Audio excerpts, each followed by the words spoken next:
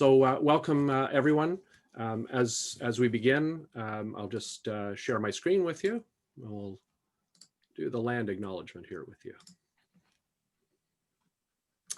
So we acknowledge that we are on the traditional territories of various Indigenous peoples, and we commit to actively supporting the achievement of the calls to action stemming from the findings of the Truth and Reconciliation Commission of Canada.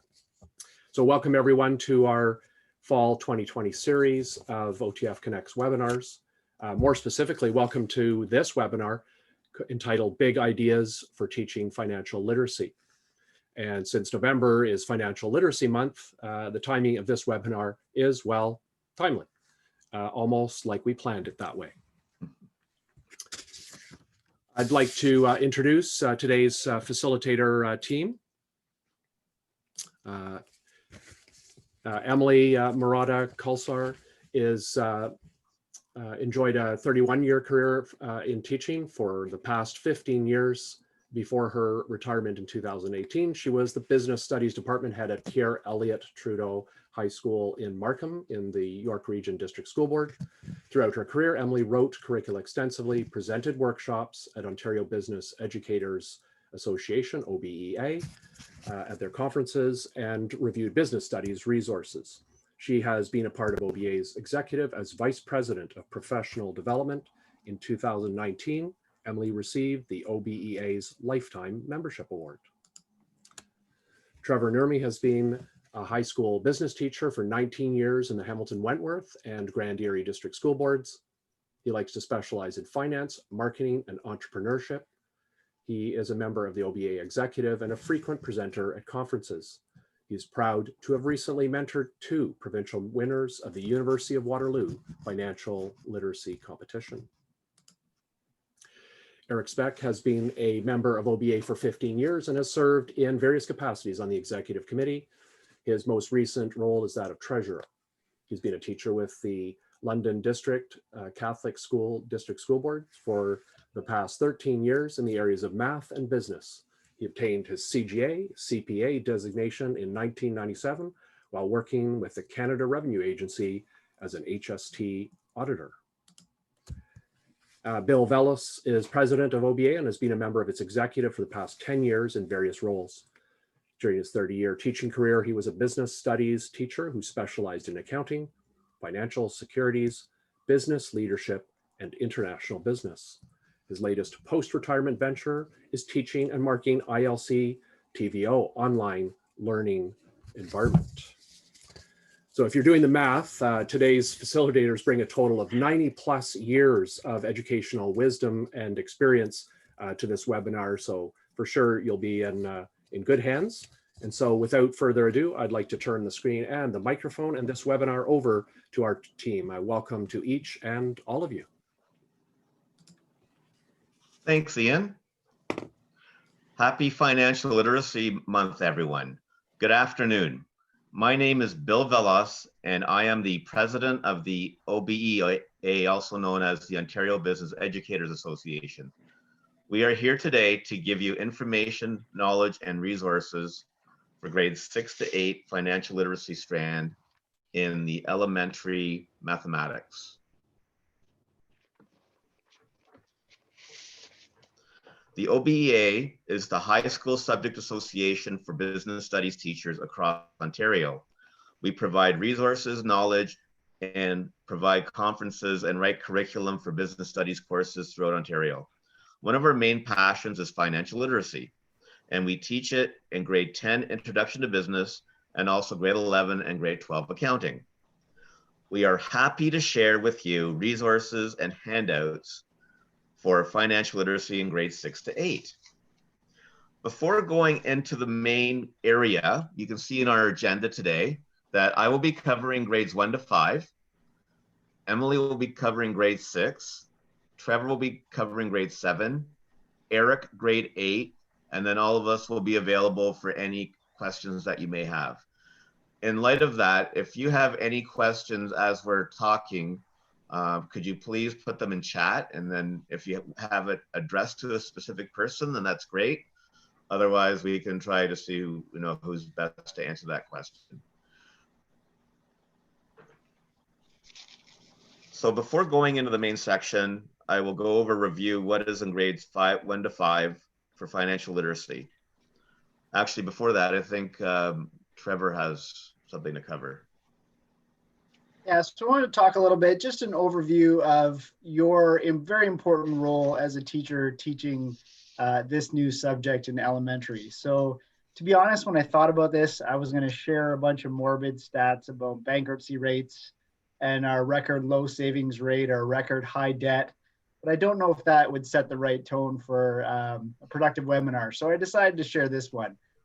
This is an Angus Reid poll that indicated that moms and dads feel better prepared to discuss sex, drugs, and alcohol rather than talk about their finances. So in many homes, you know, finances can be a taboo subject. So once again, it becomes something that we rely on our education system and our teachers to provide for our kids. And I'm not sure if you're aware, we do teach finance out of the business curriculum, but everything in the business curriculum is an elective. So you will be the only one that reaches every single student with these topics. It's something certainly we're advocating to change to provide it at the higher levels, but we're really happy that the curriculum has been put down to the elementary. So it reaches every kid and we try to get those habits relatively early. So now Bill's going to talk about the curriculum as it relates to the younger grades. Thanks, Trevor. So before I begin, I just want to make sure that you have a basic understanding of what's being taught in grades 1 to 5, so that you have an idea where the kids are coming from. Now, I know this year that's not going to be the case because everyone will be starting at whatever grade they're in and going through. So in future, and if you end up teaching it, you'll know what is expected of you. So I would say the first one is fairly straightforward and simple. It's just in grade 1, students are introduced to recognize Canadian coins and bills and the value for each. So what I would say is a good place for you to get information on this topic, there are 2 sources. It's the Canadian Mint, or mint.ca, where they have the history of coins and values for each. So you can do a lesson on that particular area. And if you're dealing with banknotes, the bankofcanada.ca, all one word, gives info on the history of bills in Canada and also what's happening with the bills in the future. Now, you may not know this, but the $5 bill is getting a makeover. And one of those makeovers is to come up with a former Canadian to be on the back of the bill. So just so you know, if you go to the website bankofcanada.ca, you can see the 8 people that are remaining, and one of them happens to be Terry Fox. So it's very interesting that you know, we have a chance to determine who's going to be on our $5 bill. In grade 2, students learn the value of money and the different ways to represent the same amount. So for example, $1 can be 1 toonie, it can be 2 50-cent pieces, it can be 4 quarters, etc. I could see bringing coins from the coin jar home. Now, of course, that was pre-COVID, but if you're very good at cleaning things, you could possibly have the kids, or give the kids a bunch of coins after they've been disinfected, of course, and have them figure out what to do with them. In grade 3, students calculate change required for simple transactions involving whole dollars. So if the transaction is for $4 and the person is given $20, how much will be given back in whole numbers? So I hope you got the answer as being 16. And basically that would include a toonie, 3 $5 bills, or a toonie and 1 5 and 1 10, and so on. So that is what happens in grade 3. In grade 4, students learn different ways to pay for goods and services in very basic ways. So for example, they would use things like money, credit card possibly, and debit card. I wouldn't get into a lot of detail at this level because it is going to be covered in much more detail in grade 5, as you will see. Also, students will learn how to determine if item bought is of good value for the price. So what I would suggest is that the student has an item and they go to 3 different sources to see how much it costs to give them an idea of what a good is worth.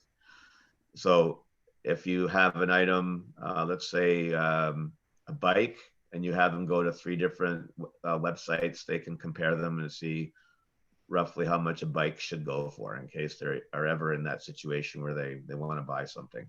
It could be for any item. Finally, grade 5, you can see, is getting quite extensive because they have the groundwork from grades 1 to 4. So in grade 5, students learn how to transfer money using e-transfer and check. Now, I don't know how many of you have checks. I still have a check because I'm still old school. And in fact, I actually had to write one the other day. And I know that a lot of the kids don't know how to write one because if they have a bank account, they may or may not necessarily do that. But I think it's really good for them to do that. You give them a practice check and tell them that they can't take it to the bank and actually try to get money for it, because they'll try. Also, what they do is determine the best value for an item in more detail. And they're also going to be talking about change using dollars and cents. So it gets a bit more complicated than what was in the previous grade. And then the other one that they talk about is determining the best value for the item. So $1 versus 3 apples for 75 cents and so on. So you'll be reviewing that. And finally, this is where they start being introduced to a budget and learn the concepts of credit and debt, which I like to tell the kids that credit and debt are not necessarily a bad thing. People might have an idea, well, if you have debt, that's bad. Depends on how you manage your debt. So that's what we have to teach the kids at the young age. That's okay. Just make sure that you don't get too much of it and get yourself over your head. So now I would like to ask Emily to go over the grade 6 financial literacy strand and talk about the resources she's come up with. Emily, thank you. Thank you, Bill. With regards to the grade 6 curriculum, there were 4. The first, can you hear me? Sorry, my internet's a little unstable. Can you hear me? Okay, I was saying there's 4 specific expectations for the grade 6 new math curriculum, where the first one looking at the advantages and disadvantages of using different methods of payment for goods and services. The second expectation focuses on what financial goals are and just having students describe factors that could affect these goals.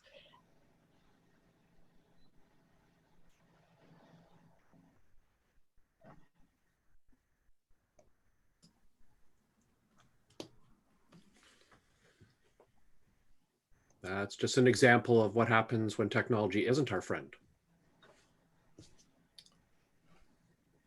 So it looks like we might have lost Emily there.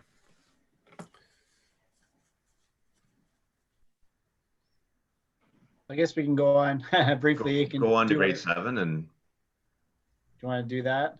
Sure. Yeah. Okay. Okay, so I'll be talking about grade 7. And Bill went through the early grades, but obviously by the title of our seminar, we're talking primarily about 6, 7, and 8, because that's where, it really starts to get a little bit more complex and maybe teachers need a little bit more help. Certainly teachers of these grades really have my respect. And while we're on that topic, while we did it by grade, I certainly would encourage you to look at our resources for all the different grades, because there is a bunch of overlap. There's some themes that are covered grade after grade, and we all come from a different perspective, and we all come from a different skill set. So you might like the resources from the teacher doing a different grade. So when you get the resources at the end, I would like to encourage that you look at all of them, and maybe you'll find one more useful than the other. So I'm going to cover grade 7, and again, Trevor, sorry, Trevor, Emily's back there. We'll go back to grade 6. Okay, Emily, are you here? Yes, sorry about that. I don't know what happened. It happens. With regards to the grade 6 curriculum, I was saying, with regards to the last expectation, the 4th and final one, where students will learn specifically about trading, lending, borrowing, and donating in different ways to distribute resources. Again, at a very, very basic level. What I've prepared for you this afternoon are a series of resources, activities, worksheets that you're more than welcome to have, edit in any way that you wish. And each of these resources are available at the folder that, again, Trevor has coordinated and put together for you. So I'm going to start, if I could, with the first expectation regarding the comparison of payment methods.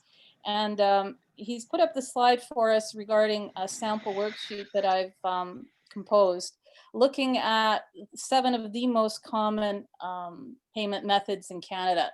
Cash being the most obvious, followed by checks, credit card, debit card, electronic funds transfer or EFTs, internet banking, and mobile banking. So what I've chosen to do with this worksheet is, for this first part A, is distribute it to the students, and I would have them either individually or in pairs, or maybe even in groups of 3, sit down in advance and write down what they think each of these different payment methods would be. Then on the next page, Trevor, if you could advance, please, the slide. Thank you. This is part B of the worksheet, where students would, on the far left-hand side, they repeat the 7 payment methods and obviously have another column for advantages and disadvantages. So I would probably allocate about maybe at most 10 minutes. And then as the instructor, you could add, find out, using the Socratic method, find out what they wrote down or jotted down, and have them contribute, as well as I prepared for you an answer key. So that's on the next slide, so that if there's anything that the students missed or overlooked, perhaps you could add into the discussion and add into their notes. So that, again, is available for you, both the worksheet and the answer key. The second expectation, once more, focused on financial goals. And for that, I've downloaded a very short article from a site, www.nerdwallet.com. And this article was written very recently, within the past year, where a definition of financial goals is provided, along with many different examples of typical financial goals that people may have, such as perhaps paying off a debt or saving for something that you wish to acquire, such as buying a home, or maybe even saving for a holiday or vacation. This article goes into detail as well about how to set financial goals, and it provides 4 simple steps. Once again, the article is very easy to read, definitely suitable for a grade 6 level. And again, you could have the students read aloud. You could have them pick key phrases and highlight as they read. Again, very, very simple to follow. A second article that I've downloaded for you and available in the resources is from another website called www.beamalife.com. And it was published this past April, where it provides all the factors affecting financial goals. There are 11, again, very easy for students to follow along. And the concluding focus, or the concluding passage, basically says that no matter what decision you make, it will impact your financial future. So again, it's a good resource to use for that expectation. For the third expectation regarding interest rates, students, first of all, should know a basic definition of it. And again, at a very basic level. This resource I've downloaded for you from www.wallethub.com. And this was also published this past March, just before the COVID lockdown hit. It provides a simple definition of what an interest rate is, and it describes in detail the main types of interest that, again, students should know. Finally, with the fourth expectation, my last worksheet is up on the screen. Thanks again, Trevor. This one refers to the different ways to distribute resources. And once again, in this chart format, on the left are the 4 resources, and on the right are the examples of each. So for example, starting with trading, I would again use the Socratic method with the students and say, trading, what do you think trading involves? They'll tell you, well, it's an exchange. Something of value is exchanged for something else of value. And my example on the worksheet is regarding trading baseball cards amongst friends. So their task would be to come up with 2 other examples of how they would trade, or lend or borrow or donate. And again, very, very simple worksheet that I made up, and you're welcome to use it, edit it in any way you wish. And finally, before I conclude, when Trevor, when Bill was reading the expectations from each of the grades 1 through 5, grade 5 in particular introduced students for the first time with a budget. What I've done also in my resource package that Trevor has accumulated and put together for us, you will find a lesson plan entitled The Basics in Building a Budget. It's originally from scholastic.com is where I downloaded it. What I've done is I've tweaked it specifically for the grade 6 level, and I've created a worksheet on my own with regards to having students identify what is our income examples, what are examples of expenses, and having them basically determine their own income. Let's say, again, shoveling the snow or perhaps mowing the lawn would be a source of income. And an expense might be perhaps downloading a song or a video game. So in this other worksheet, you will also find that activity in the resource folder. And now I'm going to turn it over to Erich, who will, excuse me, to Trevor rather, who will tell us specifically the financial literacy expectations in grade 7. Thank you. Thanks, Emily. I'm just going to interject, Trevor, before we move to you. So I'm getting lots of questions in the chat box and requests for all the great resources and links that you're mentioning. And just behind the scenes, we've been chatting to make sure that we're gonna get you all of that. And Trevor's put all of that together, and we'll make sure that we send a link out to you with all the resources and links that we're mentioning, all the work that you've put in, team, behind the scenes here. So just to reduce everyone's anxiety, I know you want all those practical resources, and we totally understand that. We're just sharing the link to the slide deck with you for the purposes of the webinar, but definitely as a follow-up, you will receive an email with that. So just thanks to the team, and so that maybe that reduces people's anxiety. Thanks so much. Over to you, Trevor. Yes, definitely promise this isn't a bait and switch. You'll have multiple opportunities to, I noticed only the business teachers laughed at that joke, but you will have multiple opportunities to get the resources. There's a QR code, there's a link, and I'm sure Ian will email it out as well. So no worries. We're about sharing resources. Our goal for today is to give you stuff you could use in class tomorrow, and that's kind of our guiding principle.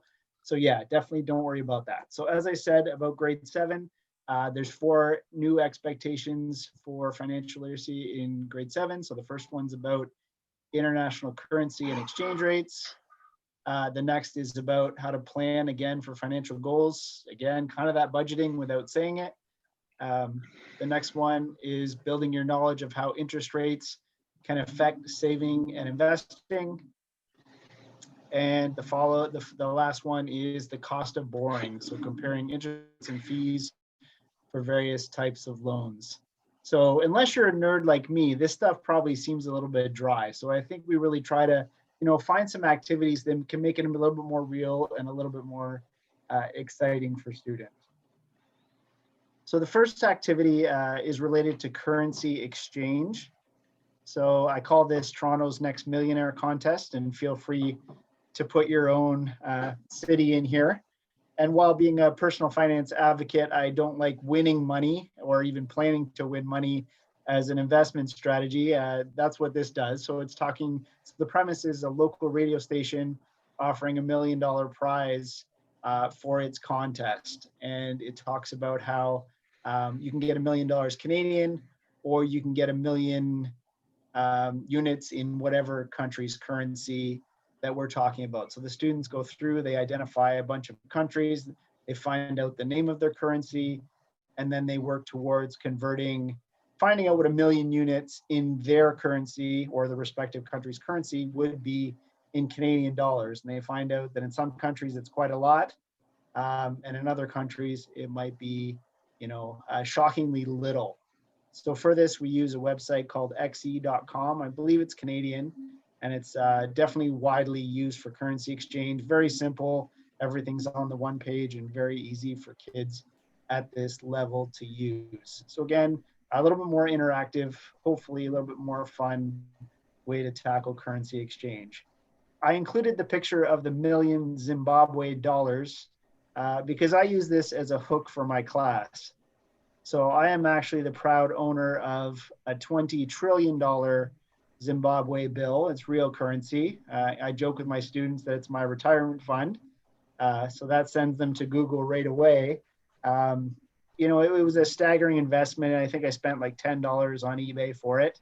And you can get it even cheaper now. But I use it as a hook to really, look at the values of currency, and it really leads to a good discussion. So something you might want to think about. That's currency. The next one is planning for financial goals. So that ugly budgeting word, and I see lots of people glaze over whenever you start talking about a budget. But I really like to say budgets are not about lack. It shouldn't be an onerous activity. It should be prioritizing your goals. So I use the example with students. I like to travel. I spend way too much on travel, but I can be financially responsible if I budget and prioritize that. You can have most things you want with an average income. You just can't have everything you want. So we use this trade-off. So I'm going to introduce 2 activities because I know a lot of us are learning remotely, somewhat remotely, fully online, all different models. I wanted to show 2 different activities. One that would work, well, they both work in person, of course, but one that might work online as well. So the first is the bean game, and I didn't create this, but it's something I really like. It's a budgeting activity where students are given a salary of beans. So they're given 20 beans as their salary, and there's a worksheet included with spaces for the number of beans for different things that they need to purchase. And they need to spend their 20 beans in different areas based on their financial goals. So it really talks about those financial trade-offs, and you have to make decisions because we all have limited resources and how we're going to spend those. So I really find it's a fun activity, and with beans, we could definitely do it. It's cheap. We can throw them out after COVID. Restrictions, you don't have to clean them. So I still think it's an old activity, but I think it would still work in today's classroom with COVID. The one on the right is a typical type of budgeting activity, but try to make it a little bit more interesting. It's a vacation budget. And instead of doing it individually, it's more of a team activity. So again, they interact with each other, and they really emphasize that financial trade-off. They have a $5,000 budget, and one person's in charge of, booking the flights. Someone's in charge of accommodation. Someone's in charge of meals and entertainment.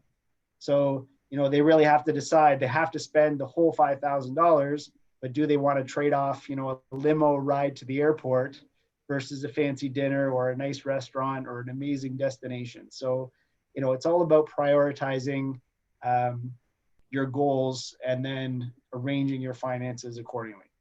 So those are 2 activities that you might want to try.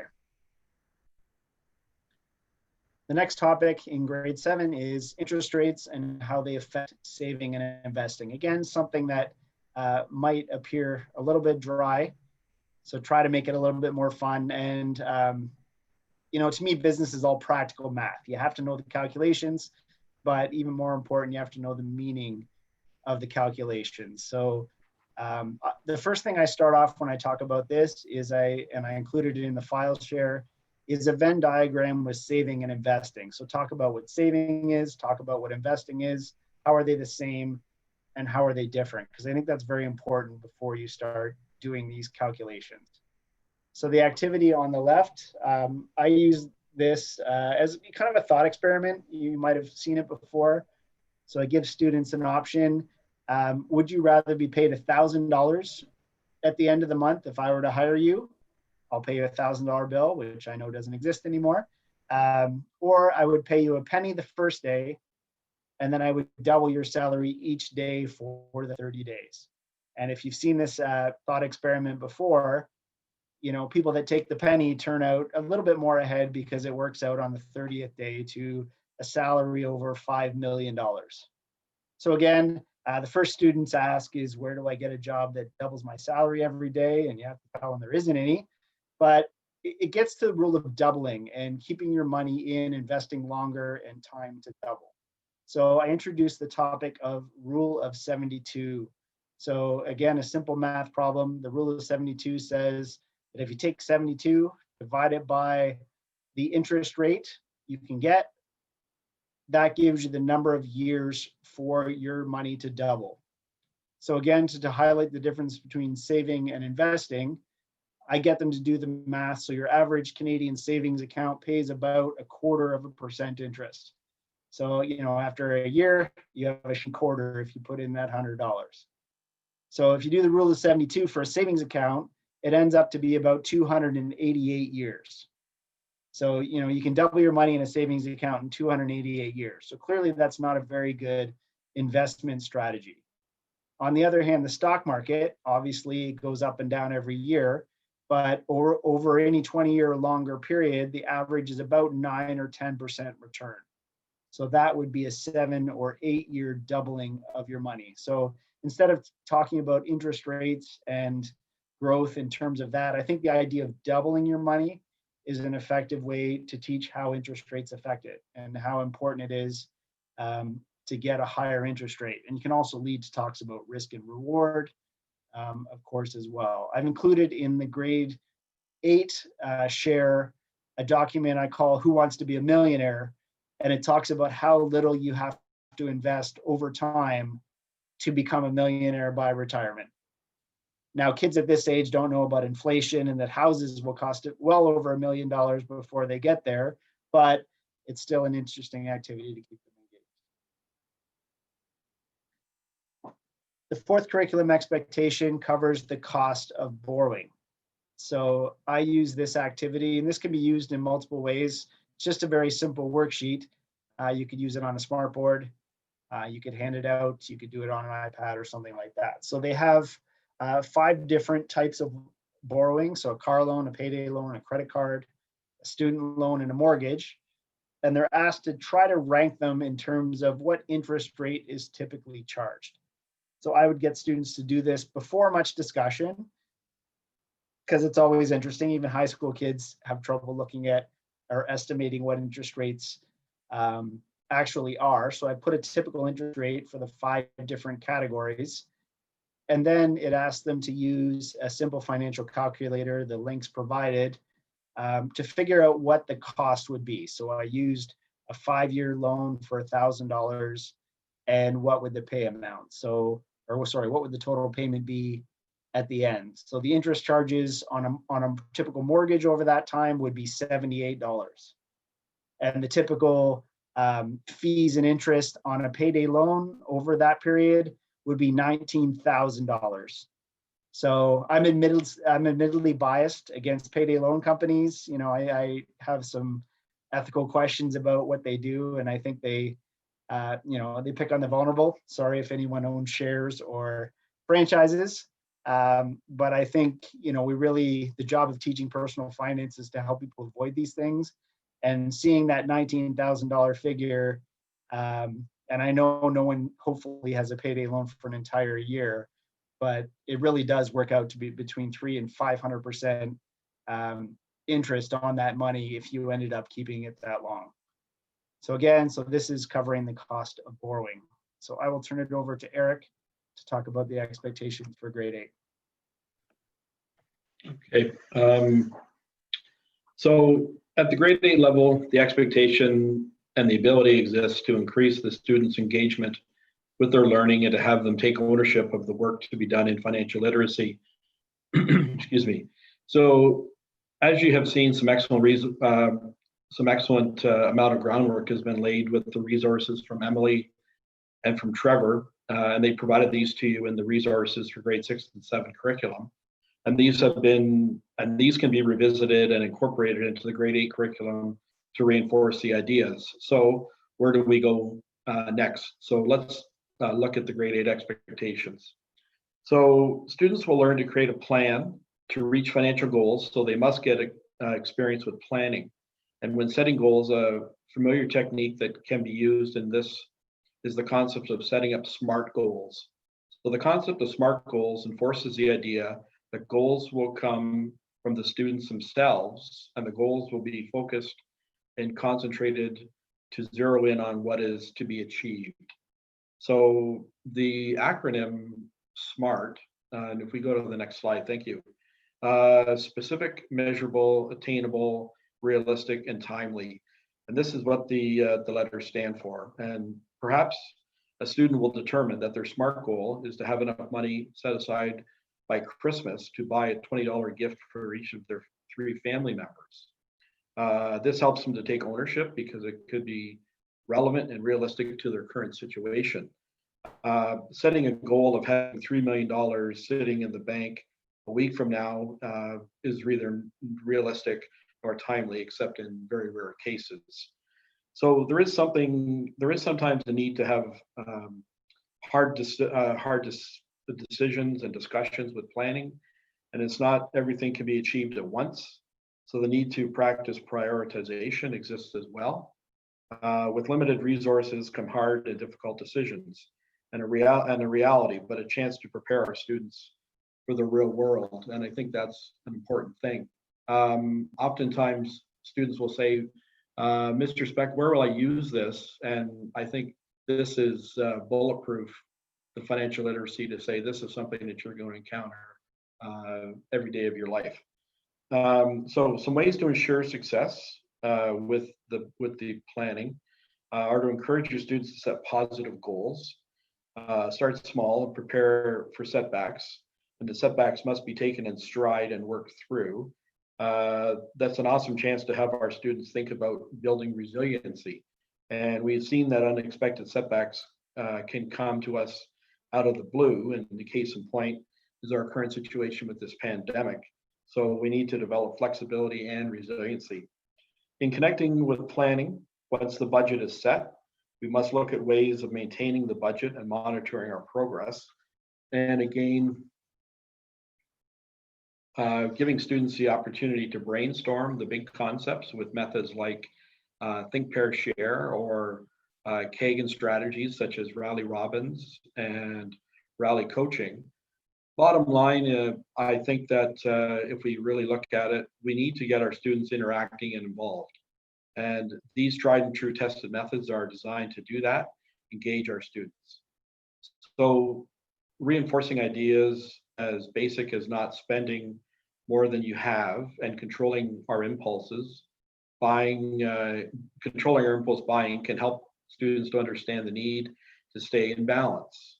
Concepts as simple as setting up jars or envelopes to put your available money into and using only what's in each envelope for the specific budget category may seem very simple, but there are methods that work and easy for the students to grasp onto. Third expectation in the curriculum requires, and if we go to the next slide, let's move up to the next one. Okay. Students compare different ways that consumers can get value for their money when spending, such as reward programs or taking advantage of sales. We have provided you with some relative links that you and your students can explore and delve into to explore these ideas. Some of the highlights in these areas include showing your students how to be a wise consumer, and something that I think we can all benefit from. These web links will raise questions such as, why not review alternative ways of spending your money? Remember that we do have choices. Most expensive or cheapest is not always the most practical way to go. Comparison shopping for prices and quality. Exploring Kijiji or eBay for cheaper, gently used alternatives. Beware of hidden costs such as shipping or duties or HST. My link, Money Coach, has a built-in budget calculator, and it also has a great resource on how to manage debt. If you take a minute and look at the cross-curriculum ideas, discussing how advertisers provide or persuade people to buy their products and encourage students to be savvy consumers. Does the toy really do what we thought that it would do? And I think that's another element of not being disappointed with your purchase. And again, going back to the idea about having a 24-hour cooling off period before you make the big purchases. Students and teachers can explore product placement in movies to see how we are bombarded by corporate imaging, oftentimes without us knowing it. Within the resources, a link to the website Social Media Week is provided, and as well as MSG Management Study Guide. And in there, you're going to find 13 of the most common techniques used by advertisers. So some interesting stuff for you, hopefully, that you'll find interesting. Students are supposed to investigate the concepts of simple and compound interest using technology. And we're going to recommend software such as Excel to accomplish this. Depending upon your installation, software such as Excel typically comes with many pre-made templates and tutorials to help the beginning user and to eliminate the need to reinvent the wheel. So encourage your students to explore the software, and some pre-made templates that exist depending upon your installation might include the following. There is an Excel formula tutorial, and you can use it to build simple formulas to get yourself off and running. And once you have the basics, it's an ideal format to look at analyzing the effects of changing interest rates, time periods, or the frequency of compounding. And we can manipulate and play with the results and spend more time looking at the answer and the impact as opposed to the calculation. Monthly household budget templates exist. Monthly company budget templates exist. So if your students were really being proactive, if they were visualizing a small company that they might be interested in, you can put the budgeting into that context. Loan calculators, loan amortization schedules for payback exist. And again, interest rates, time periods can be manipulated and worked with. And there's even a bill paying checklist to make sure that you're not extending your credit beyond due. Also, the hard copy resources from both Emily and Trevor that they provided will give you an opportunity to revisit them, as I had mentioned. And this is an opportunity maybe to look at converting the paper copies that you've been provided in 6 and 7 into electronic copies once the students have some familiarity with the workings of a simple spreadsheet program. Having them set up and realize that Excel can do the addition of columns and calculations is a very powerful tool and mechanism to realize it takes the stress out of some of the more mundane aspects of the math calculations and getting into understanding what the numbers actually mean. The rule of 72, for example, can be created after students have just the basic knowledge of working with Excel. And if you take 72 and you divide it by the interest percent, you'll get the number of years to double your money. Or if you take 72 and divide it by the years you want to take to double your money, it'll give you an indication of the required interest rate. From there, as Trevor has already said, this would open up the discussion about surrounding risk. And in order to achieve a substantial or significant interest rate, there has to be some offset in terms of the amount of risk, the risk of losing your investment, or and that discussion could be brought up to extend the students' learning in this area. So in the resource again, a link has been provided to some e-learning materials, and the banking unit in one of the high school courses, MEL 3E. Don't discount it. Don't say, well, this is high school, it's beyond my students. But in there are some very good, solid videos that look at simple versus compound interest concepts, and some other budgeting ideas. So these concepts run right through the curriculum. So grade 8 teachers, what's your next step? As elementary teachers working with students in grade 8, you have an important role, not just the grade 8s, I should expand it and say we all have an important role in this. Important role to play in guiding your students in their transition to grade 9. You may not have realized it, but you've taken the important first step in preparing your students for success in high school and in life. And I'd like to urge you all to consider discussing with your students and asking them to consider taking business studies throughout their high school. Courses like BTT 10 and 20, the formal name is Information and Commercial Technology in Business. That's a grade 9 and 10 open course. This course will introduce students to information and communication technology in a business environment, and will build a foundation of digital literacy skills necessary in the technology-driven society. So that's a direct quote from the curriculum. So this course builds on the seeds that you have planted in this very, very important work. So it'd be awesome to see it continue in this regard back when they cross the big divide. Okay, back to the main control, I guess, maybe back to Bill. Thank you, Erich. I'd also like to thank Emily and Trevor for the amount of work that they put into this. I know that some of it has been used, but a lot of it's brand new. That was designed, as we were mentioning, specifically for this particular webinar. So the information for our resources is you can use the QR code and go to our site and find the information for all the resources, or you can type in the bit.ly and so on in the code and you can get it.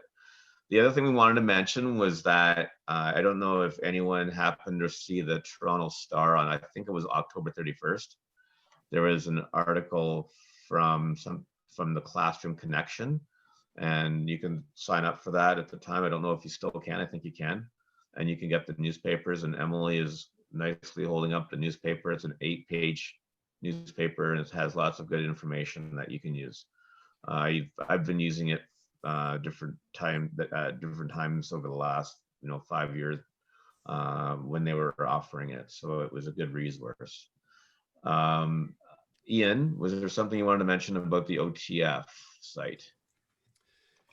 Yeah, thanks Bill and team. I'm not sure how many people are aware of OTF's sites are French and English. So it's Inspire Financial Learning in English and Inspirer le savoir financier in French. I will put those links into the chat box for you, but those are additional resources with lesson plans across both grades and disciplines for you. Thanks. So I see we have about 5 minutes left. Is there anything that people would like to ask before we end the presentation today? Feel free to. Bill, I have a question here. It's from Michelle. She says, do you have recommendations for starting in grade 7 and 8, since students didn't learn all the concepts from grade 1 to 6 as we transition to the new curriculum. I know I'm not able to answer that. Would any of my other colleagues be able to answer that? I think you can start from scratch or you can build as you go. I think the only thing I might suggest is take maybe a vocabulary bank from the younger grades, so at least they have a common language. But I think you can start, certainly you have to lower the expectations. And like we do, doing some formative assessments, talking about what they know. Even in the high school financial literacy, we assume they know almost nothing. So like I said, maybe using a word bank of the terms and starting with that before you get into the grade 7 and 8 curriculum might help. And if I could add, I would also, in addition to the word bank, start off with the basics of budgets, with income generation versus expenses. They obviously, some will not be aware of either, but as a starting point, that could be it. I guess before we finish, I would like to say I already sent out an email or in the chat asking if people belong to the school boards or to the Math Subjects Association. If you are and you'd like to get a hold of us, I'll give you my email that I use with the OBEA, and here it is as well in the last keeping in touch. And you can get a hold of us and we can see if we can help you, and with especially the grade 6, 7, 8. This is obviously a living document and something that we're going to be working on over the course of the year. But it's definitely something that, as you can see, we're very passionate about financial literacy, and even though it's not coming through business per se in elementary, obviously we're more than happy to help with any organizations or boards that would require us to do something in terms of presentation or whatever. And I guess I'm speaking for the team when I say that, but I know that they're very passionate about it too. So, Ian? Yeah, that's great. A great message, and I want to echo that thanks. You're coming in right on time here. What a great landing. So really, on behalf of OTF and all our colleagues in this webinar, I'd like to thank you, Emily, Trevor, Erich, and Bill, for providing your passion for financial literacy, but also a very clear rationale for why financial learning and literacy and skills matter in this day and age, and they mattered before too. Yes. And you've also provided some practical, authentic resources, a treasure trove of them actually, which people will discover again tomorrow when they go through all the links that you're providing for them and the resources, and showing us how to spiral that up through the grades and make this real for our students. Certainly one of the most common refrains from recent high school grads when you ask them is, they'll say, I wish I'd received more, not less, learning about financial literacy and skills. It really is, it is a life skill. Thanks to all of you on the team for all your incredible hard work behind the scenes. So OTF is really pleased to have worked with you at OBA to make this a possibility and a reality for our members. Thanks to all of you who participated, who tacked this on to a very busy day, and for embracing this OTF professional learning opportunity designed for teachers, by teachers. That's a motto we live and stand by. We value your feedback, so I'm about to paste in the chat box a link to the evaluation form. Feel free if you want to do that after the webinar, but we'd appreciate at some point in the next little while if you take a few minutes, and that's all it'll take you, to give us some feedback on the session. We use that for our current and future plannings as well.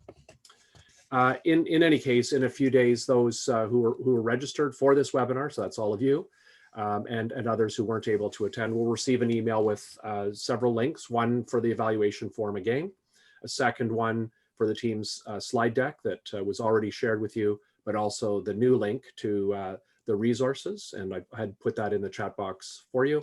And a last one to access the archived version of this webinar on YouTube. So our next scheduled webinar is Wednesday, November 18th at 4 p.m. And it's called Addressing Hate, Understanding Contemporary Anti-Semitism and Its Historical Roots with Jasmine Wong and Erez Zobri from Facing History and Ourselves Canada. And of course, you can find over 300 archived webinars on our YouTube channel.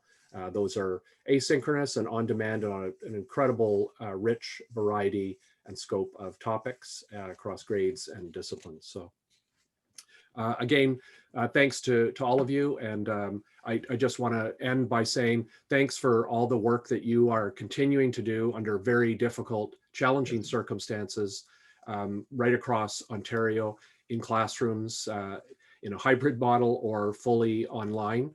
I want you to know that that OTF constantly underscores the value of what you're doing and appreciates very much the support that you're providing to the next generation of Ontario citizens. So thanks everyone. And yeah, Ian, thank you. Bill, Ian, can I just mention something? It was asked in chat if they're allowed to share the worksheets, and I absolutely. That's why we put them together. There's no, you know, if you want to take it and change it, that's great. If you want to take it the way it is, that's great too. We're all about giving information and knowledge to everyone that's in education. So feel free to pass it to whoever needs it. Super, and a great message to end on there. So I'll just wish all of you a good late afternoon and evening. And again, thanks for joining us tonight.